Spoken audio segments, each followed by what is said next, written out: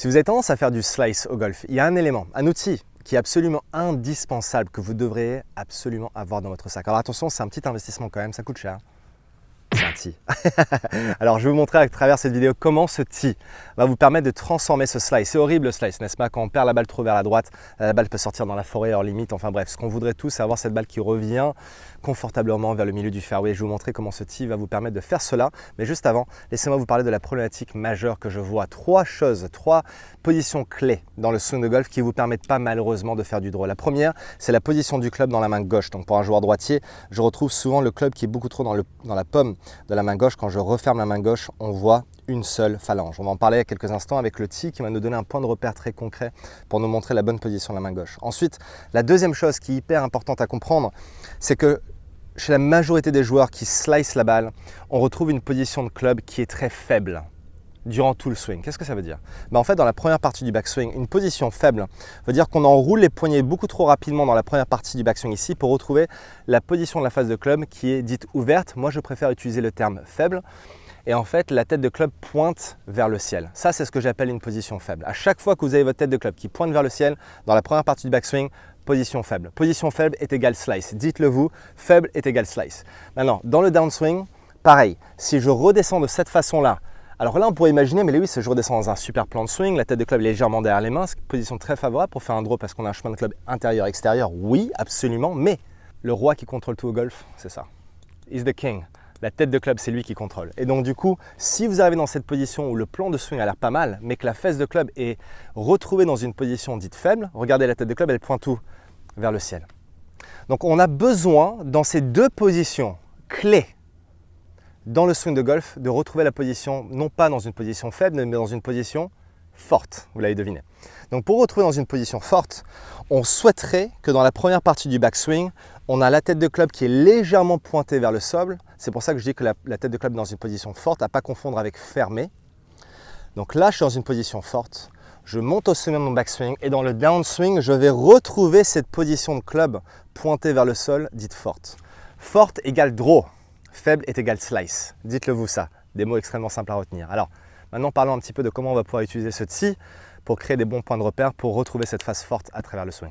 Avant d'attaquer la deuxième partie de cette vidéo, si aujourd'hui vous connaissez un manque de régularité sur le parcours qui vous empêche de jouer votre meilleur jeu, si vous avez une tendance à alterner les bons coups et les mauvais sur le parcours sans vraiment savoir le pourquoi du comment, si vous avez l'impression d'avoir perdu votre swing à certains moments sur le parcours, sachez que vous n'êtes pas seul. Moi le premier, je suis passé par là par le passé et je peux vous dire que ça me rendait complètement dingue, donc je vous comprends tout à fait. Sachez aussi qu'après 20 ans de coaching, j'ai vraiment repéré qu'il y avait 3 points clés essentiels que j'ai mis en place dans mon jeu qui m'a permis d'acquérir plus de régularité, mais que j'ai mis aussi en place dans le jeu de mes élèves de mon académie qui leur permettent aujourd'hui d'avoir développé un swing avec beaucoup plus de fluidité, beaucoup plus de simplicité sur le parcours sans être envahi par des pensées qui sont beaucoup trop techniques, beaucoup trop mécaniques. Ces 3 points clés, non seulement je vous les dévoile, mais je vous les explique en profondeur à travers un lien qui se trouve juste en dessous de cette vidéo. Ces 3 points clés que vous devez impérativement mettre en place dans votre jeu si vous souhaitez acquérir plus de régularité. Donc le tee, on va tout simplement le positionner entre le pouce et l'index de la main gauche pour un joueur droitier. Ça sera évidemment l'opposé pour les joueurs gauchers, de cette façon-là. Voyez. Maintenant, je vais positionner ma main gauche sur le club. Et si déjà, pour vérifier que vous n'avez pas trop le club dans la paume, quand je vais refermer en fait le club, vous voyez que le tee pointe très à l'extérieur gauche du club. Okay, donc si je me pointe ici, vous voyez que le tee pointe vraiment très vers là-bas. Maintenant, quand je mets ma main gauche, je souhaiterais voir au moins 2 à 3 phalanges sur main gauche. Dépendant des joueurs, ça peut se naviguer entre 2 à 3 phalanges.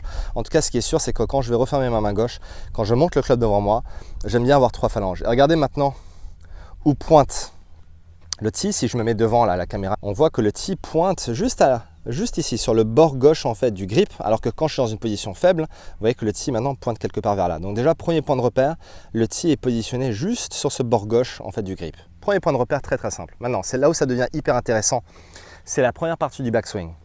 Lorsque je démarre mon backswing, regardez si je remets ma position de club dans une position faible. La tête de club pointe vers le ciel. Où est-ce que le tee pointe? Aussi vers le ciel, n'est-ce pas? Vertical, vers le haut. Tee vers le haut, face de club pointée vers le ciel, face faible, slice.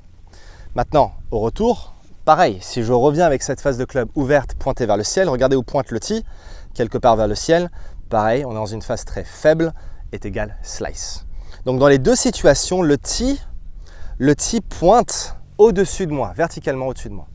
Ce qu'on voudrait maintenant, quand on retrouve cette phase forte, pointée vers le sol, c'est regarder le tee où il pointe. Il pointe sur la partie gauche de ma tête de club. Et regardez maintenant la tête de club où elle pointe vers le sol. Vous voyez que quand je tourne les mains, regardez le tee ce qu'il fait. Il passe de l'extérieur gauche de ma tête de club à au-dessus de la tête de club. Et pareil maintenant, si je fais le retour, je ramène le tee dans sa position initiale au début de la montée, première partie de la montée. Et regardez le tee pointe à gauche de ma tête de club. Et regardez où pointe la tête de club, position très forte pointée vers le sol. Donc quand vous allez faire ça au début, ça va peut-être être déstabilisant parce que vous risquez d'avoir des balles qui vont partir à gauche. C'est une bonne chose. Mon papa, coach de golf, disait toujours, si tu veux trouver le juste milieu, va déjà l'opposé de la trajectoire que tu fais actuellement. C'est-à-dire que si vous faites du slice, allez chercher du hook. N'ayez pas peur de ça. Si vous faites du slice, allez chercher du hook pour ensuite trouver la balle droite. Mais avant ça, il faut exagérer. Donc au tout début, quand vous allez faire cet exercice, quand on va faire du slice, peut-être que vous allez mettre des balles à gauche. Mais c'est une bonne chose, c'est-à-dire que vous avez changé quelque chose dans votre swing. Et notamment, la façon la plus visible et rapide de voir une différence dans les trajectoires, c'est de modifier la phase de club. Littéralement, là, ça peut produire 3 trajectoires complètement différentes. Donc, l'idée au début, c'est de travailler avec ce tee dans la main et d'exagérer. N'ayez pas peur d'aller se dire, ok, je fais du slice, là maintenant je vais aller chercher du hook. Donc, face forte, le tee qui pointe à l'extérieur, je vais mettre de profil pour bien qu'on voit. Le tee qui pointe sur la partie gauche de la tête de club, parfait. Je marque cette position quelques secondes, je redémarre. Maintenant, je vais aller au sommet de mon backswing. Boum, je travaille la descente. Regardez le tee qui pointe à l'extérieur gauche de la tête de club, parfait. Je travaille ça 1 ou 2 fois. J'ai le bon ressenti. Ensuite, je peux taper des balles avec le tee, avec l'intention de taper la balle à gauche. Je remets le tee bien positionné. Vous ne voudrez pas le lâcher le tee, hein. Et là, on y va. On check, hop, nickel. Et on y va.